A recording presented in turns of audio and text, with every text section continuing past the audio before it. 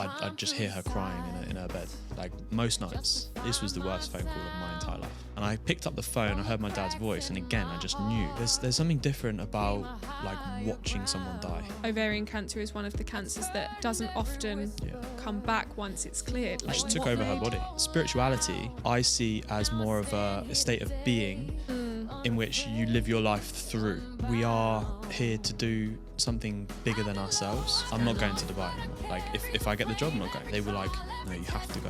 Like, as soon as I answered the phone, it was my dad speaking, and my mum was next to my dad. I just knew. I think that time only heals if you accept it and let it go. What doesn't kill you has made you what? Hi guys, welcome back to the podcast. As I promised you, I was going to be doing more regular episodes, so we are back again. And this guest is somebody that you might recognise from one of our previous episodes when he was helping me with my episode and my story about my brain injury and falling off the horse. But today it's going to be all about him, and we're going to be discussing everything to do with grief, how people go about handling grief, how it changes us as people.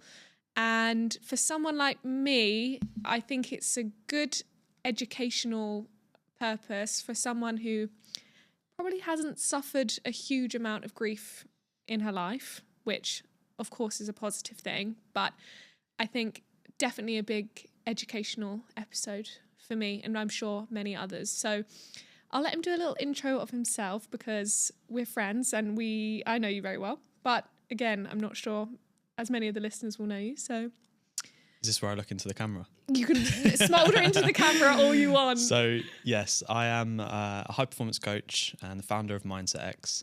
And I've been running my business for around 7 years. I think we've known each other for the last two. Two? Yeah, it's gone. Oh, it's gone. And so yeah, I mean, we'll get on to the juicy stuff in a minute, but essentially I've kind of dedicated myself and my life's work so far, and hopefully in the future, to helping people live better lives from the perspective of changing their mindset, rewiring the way they think, changing their behavior, and really unlocking that potential from within.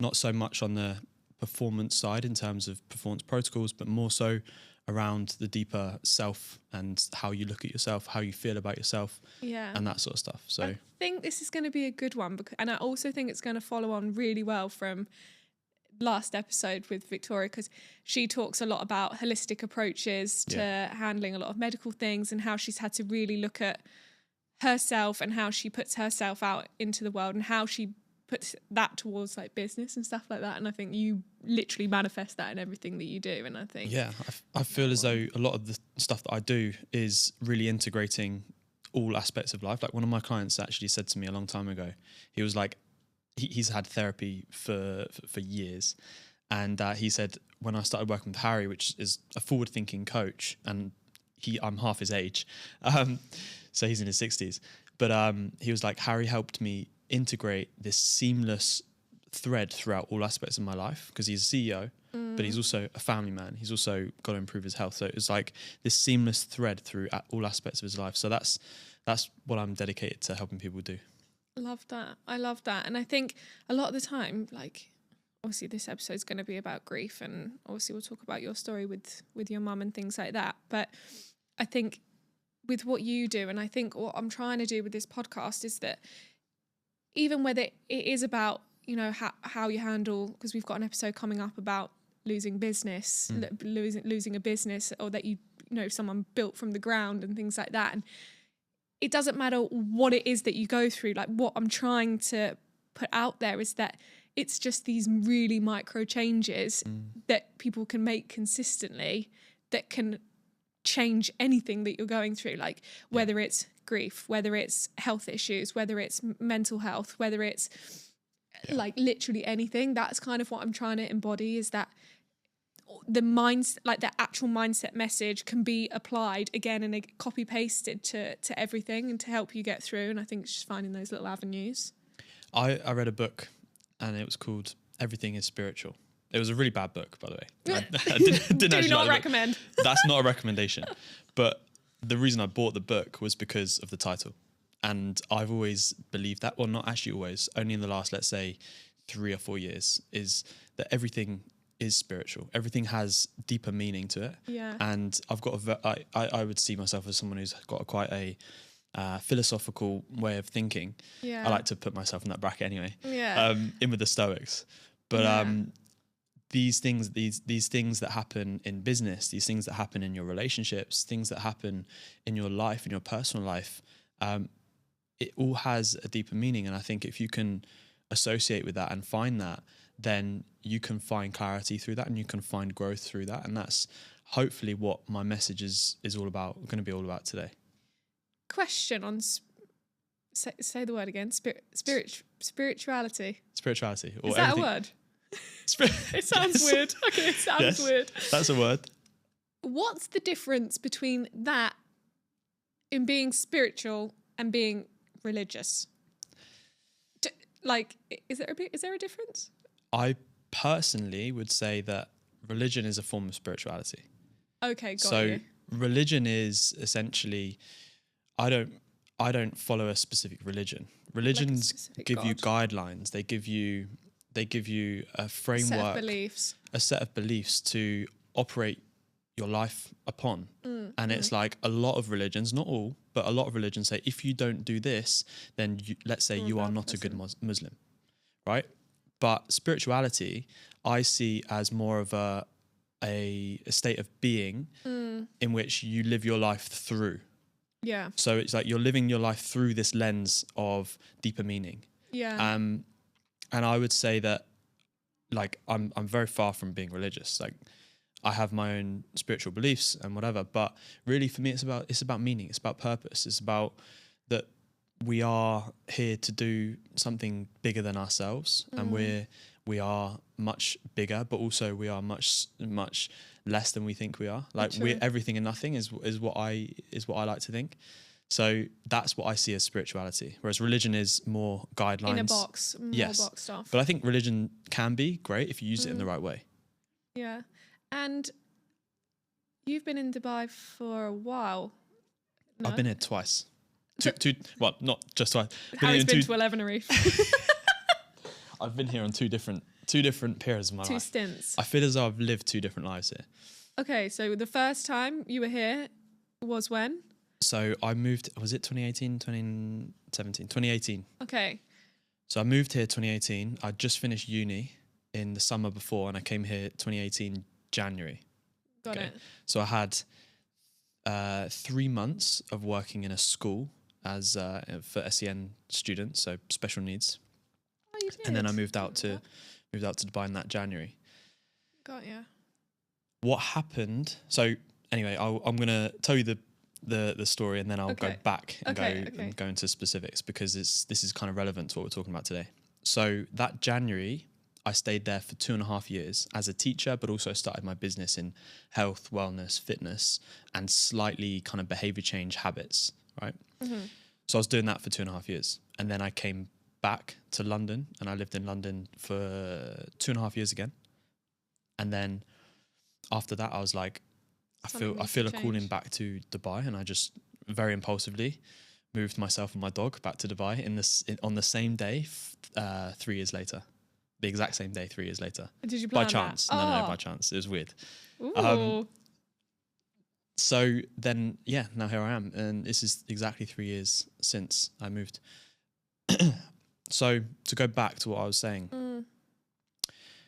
I finished uni in July 2017, and previously to that, my mum had cancer, ovarian cancer, and that was when I was finishing college, sixth form for anyone who didn't go to college, and I was going to uni. So she got told that she had ovarian cancer in that summer. Okay. That was a big deal for me, because I was about to leave home and go and live in Cardiff for 4 years, where I went to uni. And but that was fine. Like we all went through that as a family, whatever. We still stuck to those plans. Yeah, we stuck to those plans. I was very nervous about leaving, because I was leaving my younger brother, who's 8 years younger than me. Oh, there's a big gap between you two. Yeah, it was a big gap. and my dad at home with my mum, looking after her, caring for her. She had her own business, hairdressing. So that was tough to go, but it was always something that I was going to do, and my parents would always want me to go. So anyway, we did that, and that was a tough experience for me. Like going through uni, I was doing biomedical science, which is way out of my depth. Yeah, your face. That's basically her saying that she knows that I'm not actually very intellectual. No, it wasn't. I was She's just like, how did you do biomed? I was just a bit shocked. Yeah, I was shocked as well. Did you finish the degree? I finished the degree. I actually What got did a 2-1. Thank you very much. Oh, wow. Okay. Yeah. I No, take I my was facial surprised. expression back. I was surprised myself, don't worry. No, I'm impressed. So I went through that, and then at the end of uni, we got told. So she got through that. She did the chemotherapy, etc., etc. Did she go through chemo? And then she was given the all clear. And usually with ovarian cancer, like I'm not an expert on ovarian cancer, but generally, if you get it once and you get over it, you get through it, and you clear it, generally you're going to be okay. It doesn't usually come back. Okay. That wasn't the case with my mum. It came back 5 years later. Now, that 4 years later, was so I went to the interview to come out to Dubai in the summer of finishing uni. Okay. And then I had the interview. Yeah. And after the interview, we got told again, she's got cancer. She's got ovarian cancer. And I'm like, well, I'm not going to Dubai anymore. Like, if I get the job, I'm not going. I'd completely made up my mind. And obviously my mum and my dad, being the parents they are, they're amazing parents. They were like, no, you have to go.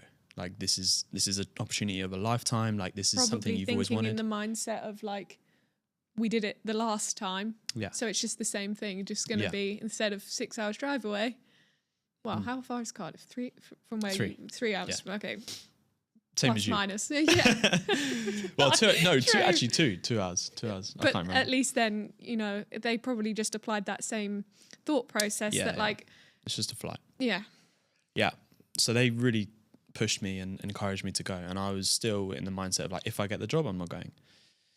I got the job, right? As a teacher out here. And then I was like stuck with this big conflict in my mind of like, I feel as though this is the wrong thing to do because again, my mum has cancer and I'm fleeing, right? And that was such a hard thing to like battle with myself. But I knew deep down, I should go. I knew I wanted to go. I knew I needed to go. I knew I needed to go and experience life in a different country. Did you have that conflict of like, you didn't want to put your own life on hold? Exactly that. Yeah. It came from a selfish place, but from a place that I also knew my parents wanted me to go. They would have hated it if I stayed for them. Yeah. And then how does the relationship go on from there? Would there have been some kind of resentment? How do you think the relationship would have been if you didn't go and you stayed at home? I would have been very unhappy. Yeah. That's for sure. I don't think it would have helped anything. Yeah. Would you have been able to support the situation as well, being in an unhappy sort of state of mind than if you were in Dubai, sort of doing what you wanted to do like every time you speak on the phone, you've set time aside to, because I always find that I have a much better relationship with both of my parents and a lot of my other family when I live further away, which I'm not sure how good it sounds, but it's almost like every time you speak on the phone or you FaceTime, it's like you've almost like you've planned it and like, you've got that. So it's like a planned time of like, you're really present when you speak and like, you feel more connected to them in a way rather than just like hi bye on the weekend, which is how it used to be. It was like, you take for granted that they're 10 minutes down the road. Whereas now it's like, even when you go back for like a week, like me and my mum will go out for dinner and like, we never did any of that before. So. Exactly. It completely changes. It changes everything when you move away. Like you have to be very intentional about your relationships when you move away, and the wrong ones will fall away naturally, and that's fine. But like I don't know how it would have been, but either way, that's what I did. And when I was in Dubai, like that was tough. Like that was really tough for me because I was always feeling guilty for having fun, for going out and living my life while my younger brother was left to experience this. How old was he at that time? So he would have been like 14. Oof, yeah. 15. No, 15. 15. Okay, so like prime, like teenage years. Yeah, like 15 to 18, 17 he was when I was away in the Dubai that first time. Yeah. So yeah, it was tough. And but your mum then, was in treatment again? yeah, so then 2.5 years later, I got a call from my parents and it was COVID. And I just, as soon as I answered the phone, I knew. Like as soon as I answered the phone, it was my dad speaking and my mum was next to my dad.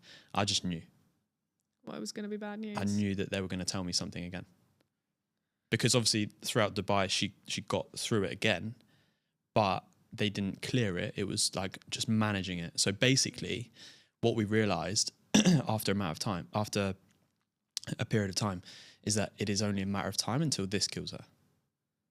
Like that was the reality that was set for the next few years. Why was her case so different then? Because I know you mentioned before, like, I know you're not an expert, but like typically ovarian cancer is one of the cancers that doesn't often come back once it's cleared. Like, it just took over her body. It just took over her entire body. And it was just a very, very large case of her body getting completely attacked by cancer. That was the moment when I got that call. I was like, yeah, I've got to go home, because I felt something so deep within me saying that this is the last time she's going to have it. And I can't explain what that feeling was, but I just knew. You know, you get that deep knowing. Yeah. You just like in your gut, you just get that like. Yeah. It's so clear, and you're just like that intuition of just like, right. Yeah. And did they try to get you? Did they try to convince you not to come back?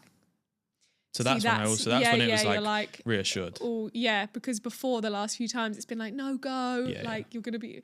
If they've then said, yeah, great. They know, and they also know that it was COVID, so I was struggling with everything. I just quit my teaching job and went full time into personal training, fitness, health, and like my business, right? I went full time in January. We went into COVID on March 15th on my birthday, on the day of my birthday. And then must have just been like, yeah, and my friends were here for a week before and they left on that day as well. It was like depression. Oh, yeah, everything comes at you at once. It's always so the way. Yeah, like I was in a big difficult situation. And so when I got that call a month later, I was like, yeah, I'm going home for sure. So I booked a flight for July that year. Oh, so you left it a few months? Yeah, because you got. I suppose it was like our house and everything. Like I was living with my friends, and we had to sort everything out. But yeah, so after in July, I flew home, lived at home for like a month or 2 months, and then I went and moved up to London because I was like, well, I can't live at home. I hadn't lived at home since I was 18. Yeah, and now I'm 20. I was 26 or 25. It's so hard. It is so difficult. There is I think there's a lot to be said, particularly about people who live abroad. Like if something happens and you need to move back to the UK or wherever you're from, it's like that reset of like, you feel like a kid again. Even when I go home for extensive periods of time, I'm like, they've got your good intentions, but it's like your parents also fall back into that like parent mode and it's like, oh no, I'm like a grown adult. Like I actually, like you don't need to check in on me. It's okay. Like I'm fine. But it's like a habit. They can't help it, and you resort 100%. Back to old ways. So yeah, can't live at home again. It's so hard. Yeah. So then I moved up to London, and then Christmas I went home. Well, I was going home all the time to see my mum and everyone. And then Christmas was like when I realised like this is really bad. Like her health deteriorated so much. What were the biggest things that you noticed? Just like she'd collapse a lot of the time. Was she undergoing treatment at that time? Yeah, the whole time. Chemo, radiation? Chemo, radio, everything. She was getting these new drugs that they were trying to give to her. Like it was just so intense. Like the drugs were like insane. She'd spend most of the day in bed. Like someone suffering cancer towards the end is the worst quality of life you could ever imagine. And then anyway, in January, I was at my friend's house because we were recording some videos, doing some business together. And I got a call from my dad. And this was the worst phone call of my entire life. And I picked up the phone, I heard my dad's voice, and again, I just knew. And I was with my mate James. I was like, James, whilst on the phone to my dad, I was like, James, I've got to go. And I just left their house, just picked up my stuff and went. And James was like, what the fuck? Like, Where are you where are you going? Like, what's going on? And I was just speaking to my dad. And then I was walking up the road. I remember the exact moment. I was walking up the road with my stuff, like walking super fast. My heart is pounding. When you just go in this, like... I'm like, what's going on? What's going on? Everything else around you is like blurry. Yeah. Like, my heart's racing right now just thinking about that moment, yeah. And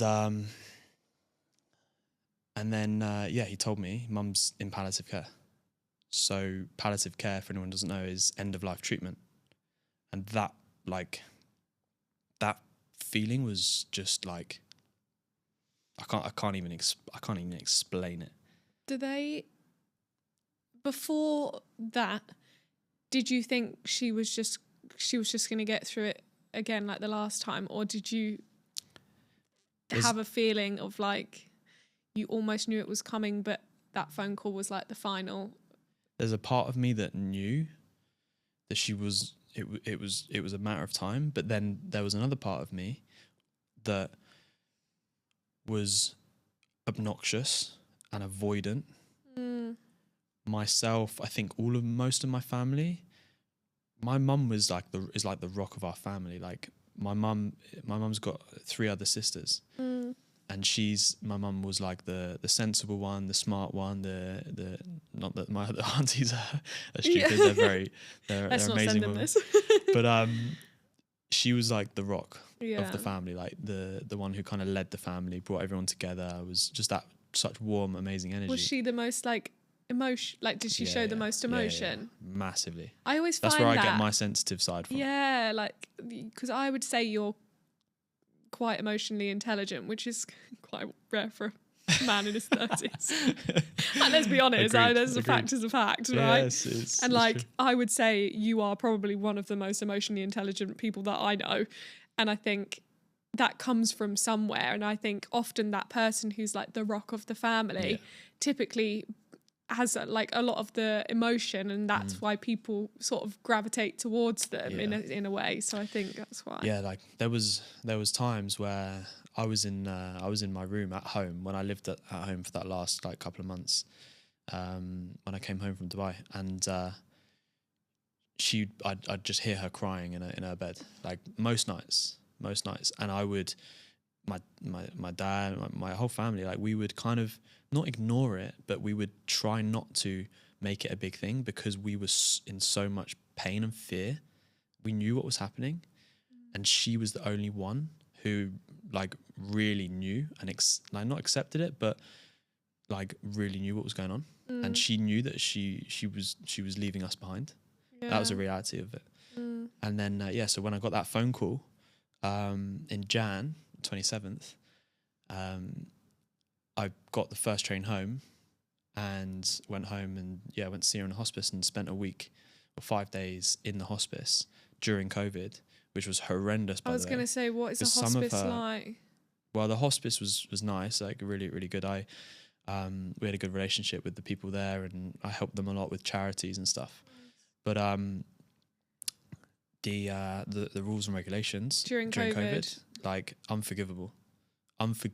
Like obviously, you know what was happening with the government and everything. There was people that had known my mum since she was born couldn't go and see her, and it's just like that. Like if I was to do that, if that was to happen again, I would physically like be breaking every rule possible. Because now when you look back, you're like, that was just ridiculous. It's just it's absurd. It's absurd, and the only people allowed not that we would have had anyone else in the room when she was. Like in the final moments, but it was me, my brother, my dad, and my mum's mum, my nan. And so we spent a week in the hospice, in the room next to her, like just sleeping next to her. My brother slept next to her like most nights. People coming to visit, people leaving. It was just like it's horrendous. It's horrendous, and I can't even. Was she conscious, like able to talk and things like that? Yeah, but she was very much like drugged up on morphine a lot of the time because she was in a lot of pain. And also it was quite funny at moments because she was like, she had no filter, so she was just telling everyone what she thought about them. Like it was quite it was like it was so funny. I'm slightly anxious because I feel like I live my life like that now, which is like Not sure, but I love that. I love that she was just like. So we were having like, it was just like this whole vicinity was just full of emotion, like laughter, like pain, trauma, like everything. It was just all coming out in different ways. So yeah, and it's like there's something different about like watching someone die. I don't know if anyone listening to this has experienced this, but there's trauma in losing your mum. Like many people have lost people. Yeah.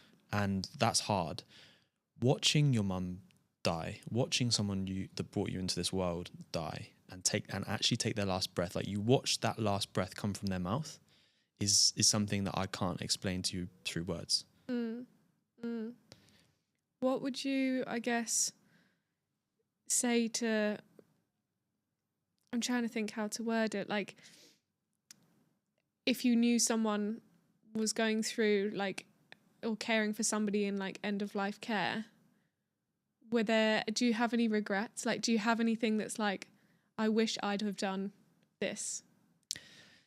I mean, apart from I was in the other room like writing business plans for stuff that I was gonna do like in her name, and I did start a clothing company, which was stupid, and all this stuff that I was. It was done with good intention, I'm sure. Good intention, a lot of distraction. Yeah. So no, look, I think everyone who's going to face this sort of situation, and everyone will witness someone, or not witness, but live their lives, and someone close to them will die. That's the reality. Unless you die very prematurely.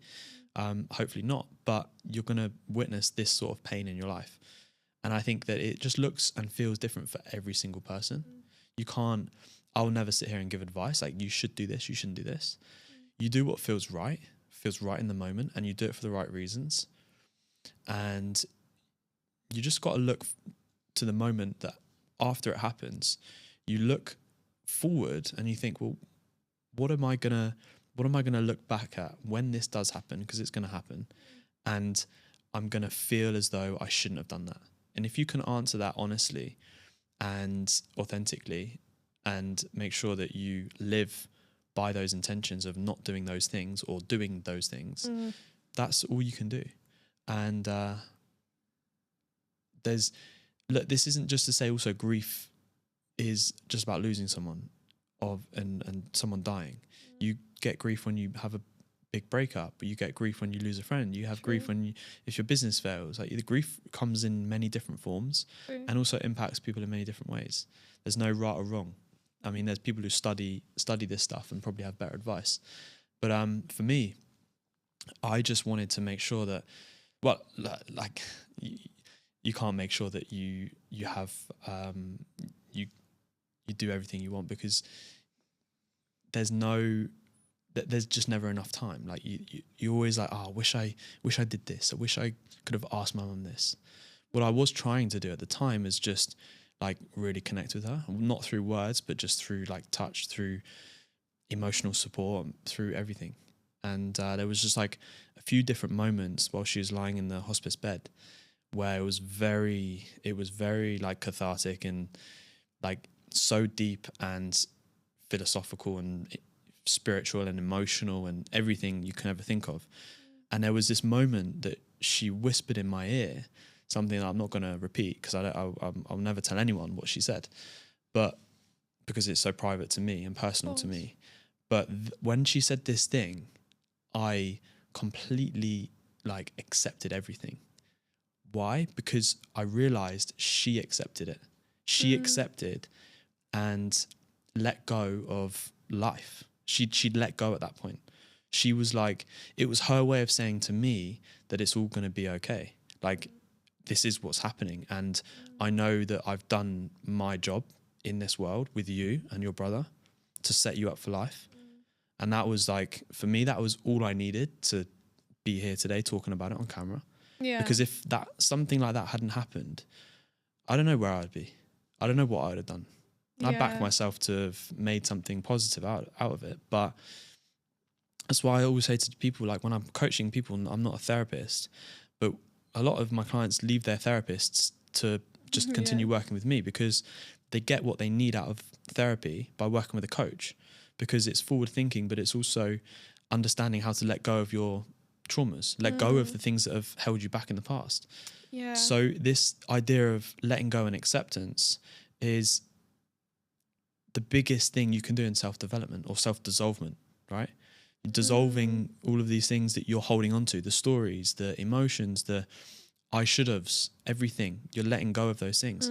And I've experienced that not through anything other than the worst situation of my life. Yeah. I think which has now, by the way, been the best situation of my life. Yeah, which is insane. That's the whole premise behind what I'm trying to do with this, by the way, is that like turning some of the worst things that have happened to people in their whole lives, and trauma is, well, I said this on the last episode, but like trauma is not perspective, subjective, I suppose, because you've only gone through the worst thing you've ever gone through, right? So everyone's trauma is different.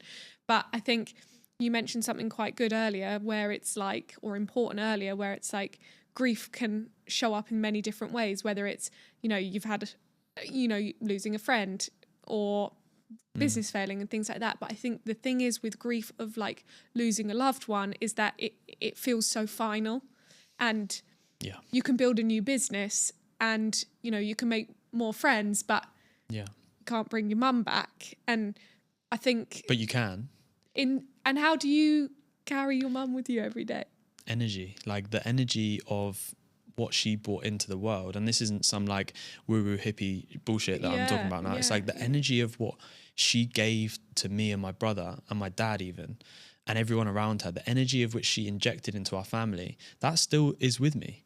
Right. And like these are the things that you can't, that are not tangible. Yes, tangible. I said this to one of my friends like a while ago. It's like, yeah, she's not here physical presence, but she's here in emotional presence. She's here in the way that I live my life. She's here with her values and her morals and experiences and memories. So she's very much still a part of my life, and I'll always talk about her in that way. Yeah. And that's where this is where other people may say that's wrong. She's like, she's not here. True. But it's again, it's like you said, it's subjective. So if you have the intention of keeping that person alive without blindly being in a healthy way, like that's what I'm trying to say, then do it. Do it and make sure you do it. I feel like I'm part of a family. Listen, I'm in a very fortunate position, which I'm going to touch wood on, you know, where I've still got both my parents. I've got multiple parents. I've got a step parent as well, you know. So I feel like I've like hit the jackpot really in that department. And I still have 3 out of 4 of my grandparents, which again, is also quite rare. So I lost my granddad when I was super, super, super young. And I feel like I can often be part of a family, and these are things that I'm trying to also shift. And I think working through these things with like my mum and my gran is that like, just because it was a long time ago doesn't make it any less valid. I think sometimes some families potentially, or some people can get stuck into a point of like, okay, just because this was like a 25 years ago situation doesn't mean it hurts any less. And that you can still talk about it as if it happened yesterday. Yes. And those feelings are still valid. That's been my experience with grief, and trying to get people to sort of tap into that. Do you think grief has a time frame? I think that time only heals if you accept it and let it go. I think time will be your biggest detriment if you hold on to she should be here. No, she shouldn't be here because she's not. Like life is the way it is. And if you fight that, you're going to lose. So providing you can accept it. There's a lot of acceptance. There's a lot of acceptance. Accept yourself for what you did in that situation. Accept life for what it offered you in that situation. Accept everything. Accept the whole thing.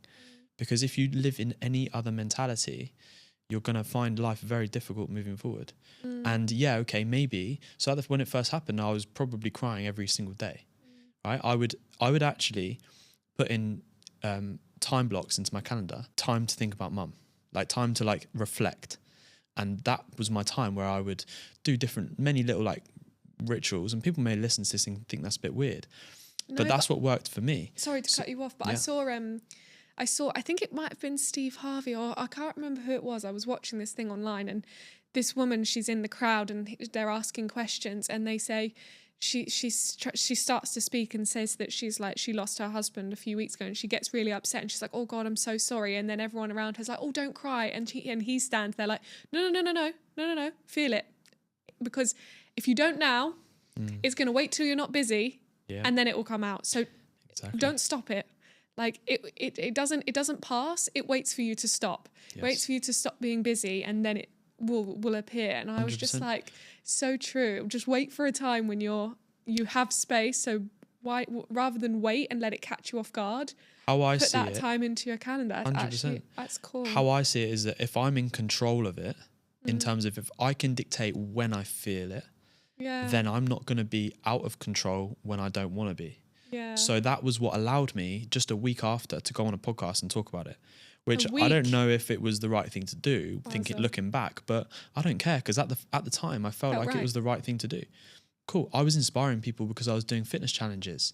I did like loads of fitness challenges and raised £15,000 for the charity that my mum was at the hospice. So I don't care looking back thinking, that was a bit, I shouldn't have done that. Or I honestly do not care, because of that exact reason, right? I made sure that there was time that I sat down and I reflected, and that was what allowed me to express emotion. And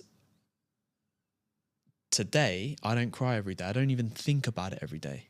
I don't think about my mum every day. And I can say that with like self-confidence. Okay. It's okay to not feel. Yeah, my mum would be like, what the fuck are you thinking about me every day? Just relax, go live your life, chill. Yeah.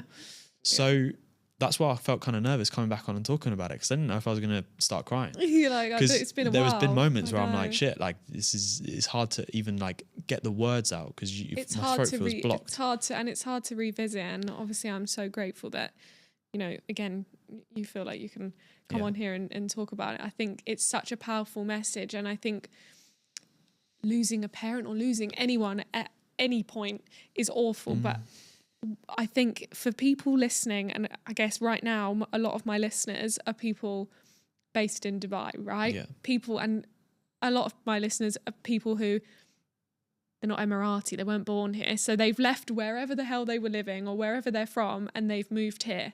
And there's a sacrifice that goes with it. Even if your parents or your family are healthy, there's still a sacrifice, like my brother's about to have a baby in April or May. How often am I going to see my niece or nephew?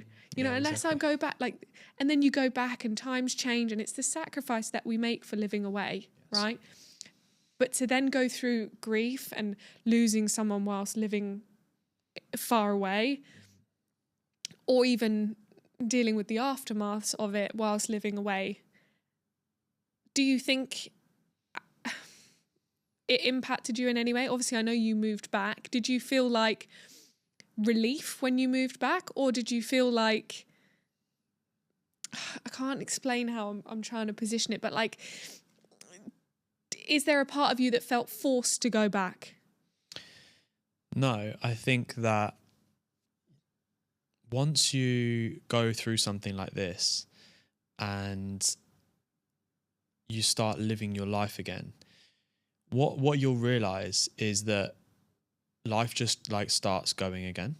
And after all the messages come in a big influx, and after the flowers come, after the gifts come, once that's all over and I was working, to be honest, like 2 days after. But once you're like back into routine, once you're doing everything that you're doing again, that's the weirdest moment. Like that's when you realize like what's going on here? Like, I don't understand like what's going on now. Now this has just happened. It's all gone so quickly. You have this influx of support from everyone, and then all of a sudden it kind of stops. Yeah. What do you do in that moment? That's the weirdest thing to adjust to, because then you're like, well, why isn't anyone messaging me? Why are people not giving me attention? Why are people not not that I was sitting there thinking that, but it's like someone takes something away from you.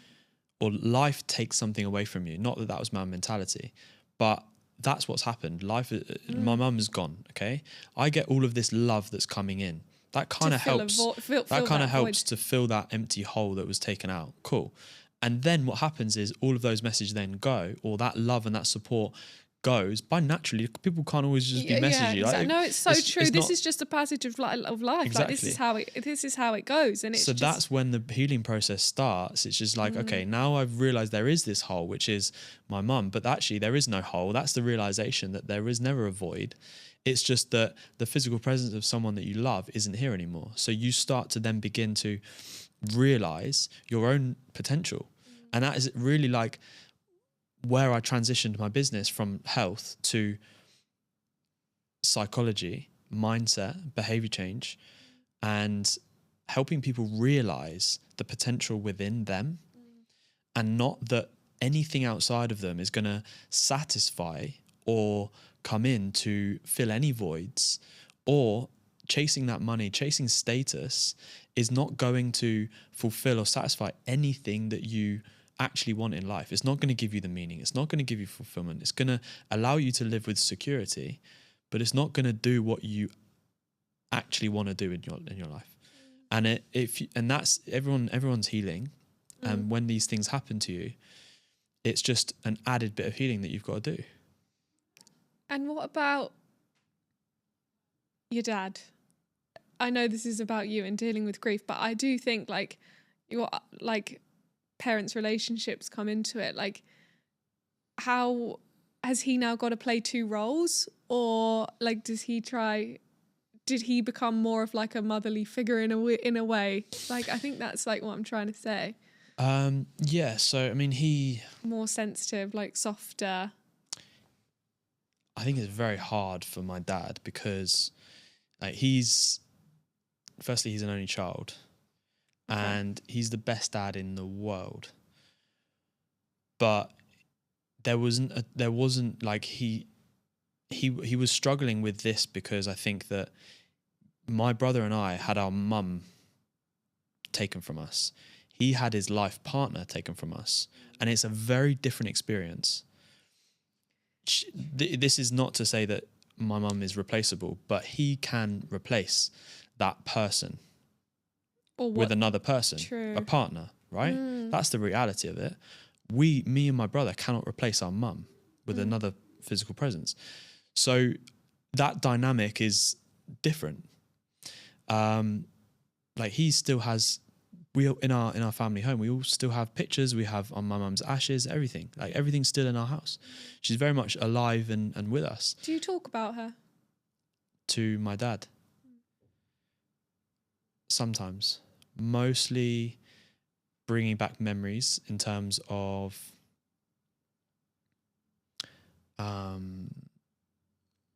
like what mum would have done in this situation or something like that. Yeah. Like what she would have said maybe, but it's like very subtle. The thing with living with, I'm not living with my brother and my dad. My brother now lives in Australia, but my like three men in a house typically just don't talk that much. And I had to be the person. Yeah, I had to be the person who brought those things up. Okay. I was that person in my family. Quite an exhausting job. It was, and I was the person within my wider family, my aunties, my nan, that was like the motivator, the rock. Then I felt that like obligation to then lead the family. And take then role. Yeah, exactly. I think I probably took mum's role in terms of even like being a bit more bossy to my brother, which he hates. You do, yeah. Take it from someone who knows you and Louis. You definitely like. Yeah. But I've stepped back in a nice way. Yeah. Like there's such a big age gap between. He knows it, and we always talk about it. But yeah, that was the reality. He's like, just be my brother. Yeah, just be my brother, not my mum. No, he calls me dad. Like he calls me dad, like it's the grey hair. Yeah, and the receding hairline. But yeah, so it's hard. Like when that person is gone, then you've got to reshuffle. It's like restructuring the family. Restructure the family. It's kind of a cold way to put it, but it's everyone's. I would say I'm like everyone in my family used to call me Tornado. because I used to just come in, cause absolute carnage and then leave. And it's like when something, you know, disruptive or something, you know, you suffer great loss or chronic illness or something within a family, you know, there is a dynamic shift and people's personalities shift and who you are to that person shifts. You know, I used to be like the funny one, and like, I mean, I would argue I'm still the funny one, but like everything shifts, like your relationships with people suddenly realize, oh, she's actually got quite interesting things to say. I could actually go to her for advice now, rather than just being the person that's like, God, don't ask Soph what she thinks, because you're going to get some unhinged advice, you know, like everything shifts and changes. And I think, that's a prime example of that. I think like the thing that helped me the most through this whole process was asking myself who I wanted to be. Like, who do I want to be through this process? And I was like actively asking myself this. And I was saying, like, what sort of person do I want to be through this, in terms of for my family, for my own life, for my business, for my friends. And it was natural for me to be the one who's like instigating these rituals or these moments where we would talk about her, or we would do things like fitness challenges. And that was just my way of like, firstly dealing with it myself, but also making sure that I didn't take the wrong path, because I could have. And as you can probably imagine, like through trauma, you can take very different paths. Yeah. And I know people who've taken very different paths, and I didn't want to be that person. So I had to ask myself, who do I want to be? And then everything from that came very naturally. What do you think was there? Because I'm trying to think about the after effects of grief, I suppose. And I know you mentioned like things like that, where, you know, you've got to think about who you want to be in the future and planning ahead and things like that. Like, were there things that other people did or said at the time which were, even though they meant well, were like hindering, basically? I think that when people message you like, I'm sorry for your loss, I'm just there like, firstly, it's not a loss. Interesting. Secondly, this is so generic. And whenever someone, people don't know how to talk about this stuff. That's the reality, right? And let alone like support someone in this. People don't know how to do it. I don't blame people for it. They're not taught, and maybe they've not been through it. This is where I think I struggle as a person, like as a human. Like, if you haven't been through it, I don't know how to. I don't know often like the right thing to say or how to help. There isn't. That's the thing. You know what the best thing to say? Nothing. What do you mean? If you're talking to someone in person, the best thing you can do to support someone is give them space. But then my worry is that, like, what if they think I don't care? Would you think that if I gave you space to cry and to express? I think I would. Oh, I'm like, if we're together. If we're together, yeah. Then no, I thought you meant like what people do. Not messaging and checking in. Like, I'd be like, does he not like actually care? Yeah, I mean that's different, right? Yeah. You say your thing, but again, it's generic. It's generic copy and paste stuff, right? But the Steve Harvey or whoever it was example that you gave, it's like people, when they see other people in pain or suffering, want to fix it. They want to like take them out of that. They want to help. They want to fix. They want to like remove that stuff. Solution. People don't want solutions in that moment, because the solution that you can't is actually something you can't provide. The solution is, well, bring my mum back. Well, I can't do that for you. Okay, cool. Well, then what's the other solution? Let me express. Because life is it's about expression. It's about expressing who you are and your emotions and how you want to give energy in this life, how you want to give back in this life, right? So if you're covered, if you're like protected from expressing, whether it's positive or negative, you're not going to be able to express that. And that's when emotions boil up, and that's when things get suppressed, and that's when you can't be who you want to be. So when you're talking to people in person, especially, give them the space, have silence. Give them that. People are scared of silence. Give them the space. Give them the space to feel I guess. Yeah, people are scared of silence. It's like you feel like you need to fill a gap. Yeah. If people who have been on a discovery call with me, or even a coaching call as well, that this is my secret weapon. Silence. They say silence is like, it's used as like an interrogation technique. It's used in like top, like giving people that like, you can't fill the void. It's just, you just wait. And eventually like there's nowhere else for it to go because people want to fill the space. Yeah. Well, think about why like meditation is so powerful and so practiced among most people not in the Western, in our society. Because silence is scary for most people.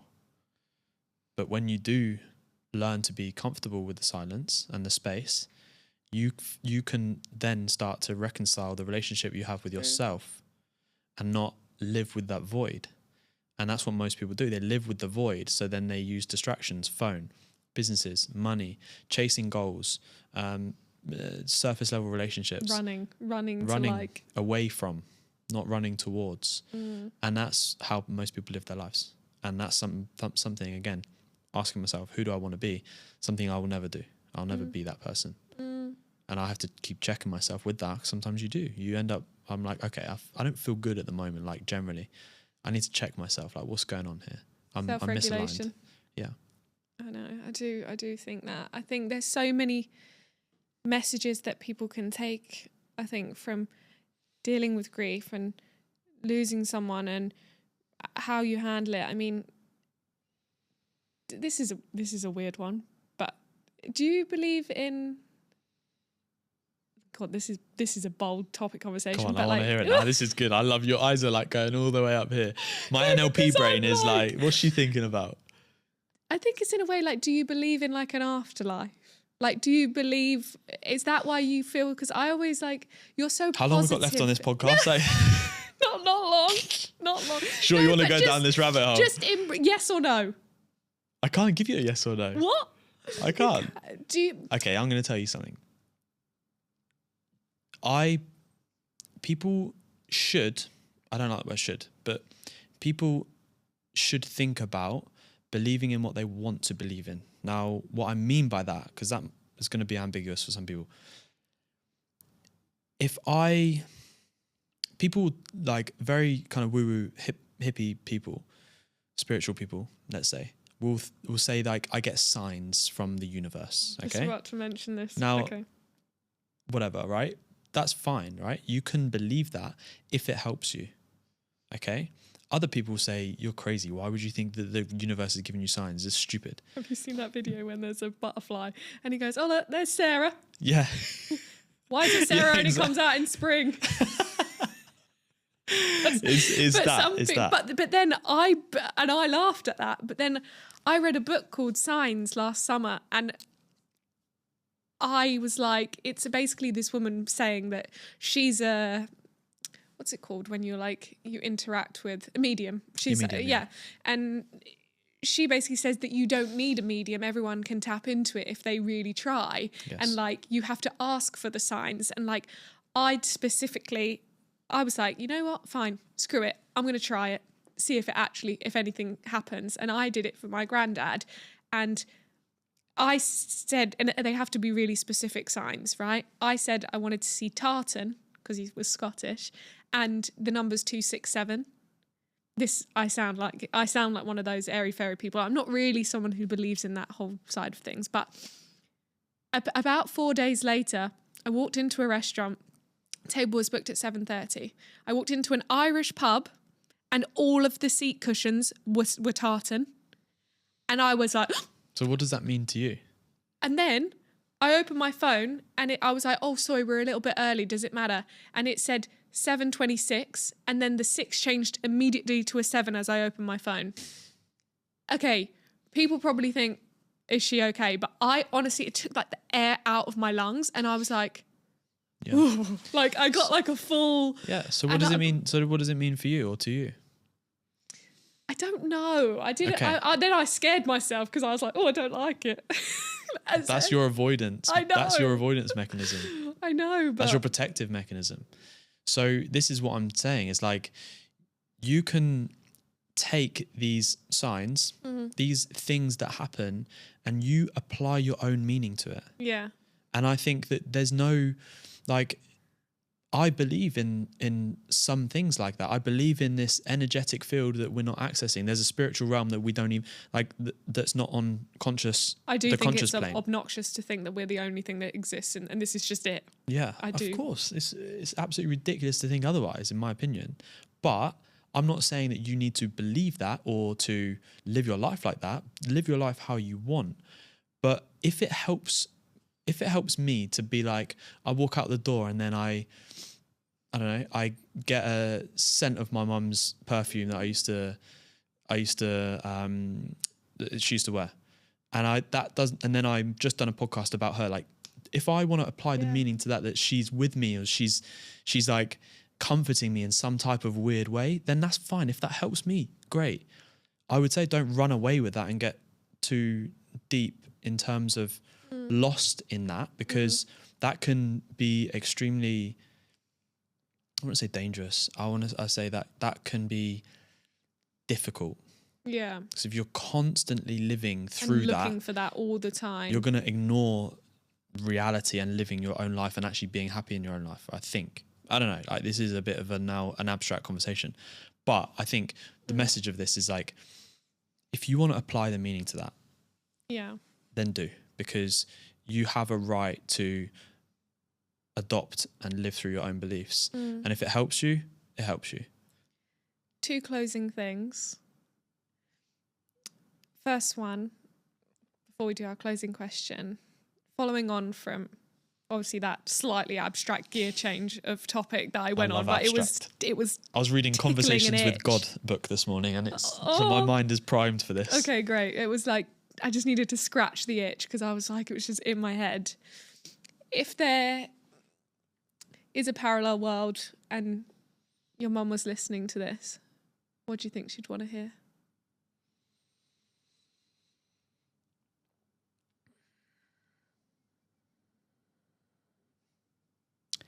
I don't think she'd want to hear anything. I think she'd be okay with seeing me doing my thing.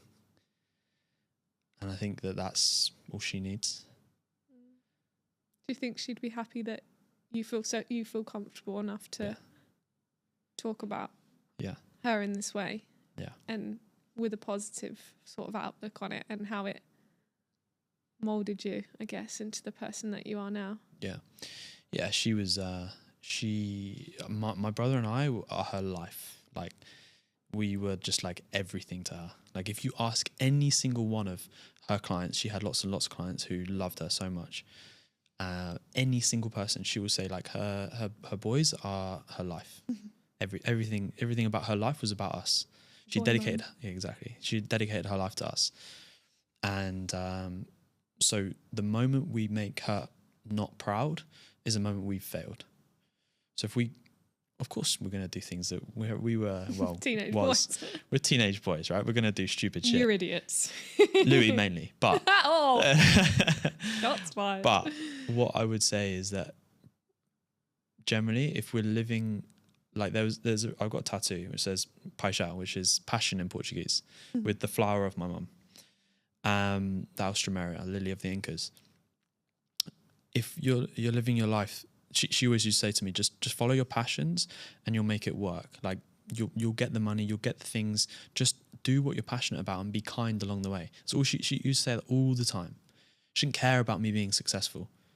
I used to say, like, I've got all these ambitions and goals. I used to tell her about all the stuff I want to do in my life. And she's like, I don't care, Harry. Just do what you love. As long as you're happy. I was like, Mum, such shut a up. mum thing to say. Like, just do what makes you happy. Exactly. So roll your eyes, but now. Exactly. And that's the thing. It's like, now you realise that is actually the only thing that's important. And if you're very rich and successful along the way, then you've Happy done days. even better. Right. Closing question. Buckle up. Remember, I don't want the closing question to just be like the first thing that comes to your head. I actually want you to like think about it, make sure that you're like happy with your answer, because I feel like I spoke about this in the last episode.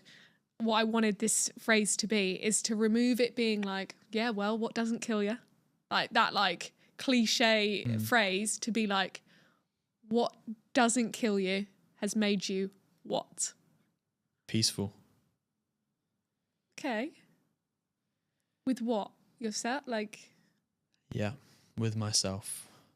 I was someone, when I was growing up, was very insecure. Very, very shy. I would go to events with my family, my mum and my dad, like wedding, and there was a story where they couldn't find me at this wedding for hours, and I was hiding under the tables of the food because I just didn't want to like speep to people. I think I'd do shy. that. I think I would do that now. Yeah, just purely out of like definitely just to avoid no, you do that social- because you'd be drunk under the tables. Oh, funny. But I was so shy and insecure, and I played lots and lots of sport, and I was very comfortable in that environment, but I was still never really fulfilled my potential in rugby because I was lacking confidence. If I made a mistake, I would go into a shell. Whereas my brother, the opposite, he's very confident in that environment, and he would thrive in that, and that's why he's playing semi-pro rugby now. But I was always in social situations lacking, always in this state of like, I'm not enough. I was living out my life of I'm not enough, or I'm not confident enough, I'm not funny enough, I'm not whatever enough. And I think going through adversity and difficult things, and the woman that brought me into this life leaving, in my opinion, prematurely, right, at the age of 56 years old, you reconcile that insecurity and you reconcile the relationship you had with yourself, and you nurture those things that weren't there, and you begin to rebuild who you are, connect with who you are, and allows you to live in accordance to what you want in this life. And I think for me, peace and peace of mind is an inner peace. Like an a inner state, peace yeah. is knowing that you're on the right path. And I know I'm on the right path in business, in life, in relationships, in health, everything. I know collectively I'm on the right path, and that's all that matters to me. I love that. Well, honestly, I can't thank you enough. I know it was probably tough to talk about those things, especially when you haven't for so long, or your podcasts or your like work that you're doing now is very like business minded and focused. So I appreciate you diverting away from that to... Well, I often integrate a lot of this stuff into my calls, into my business, into my work, and that's hopefully, like, my clients will say the same thing. It's like I share a lot of me. Yeah, and I think I appreciate it, and I'm sure people listening can even find little things. You know, I hope like a few of my family listen to it as well, and I think it's all things that people can talk about. I think people get scared to talk about grief. They don't want to keep bringing up the past, or they feel like it bores people, or I don't know, they don't want to get stuck in a rut and it's like, right, we're moving on. But actually I think there's so much power in revisiting those things, and also seeing how different a person that you are today and how differently you deal with grief now than probably how you dealt with it before. And I think there's so much growth and strength in that. So thank you very much. Thanks for having me on. What doesn't kill you? What doesn't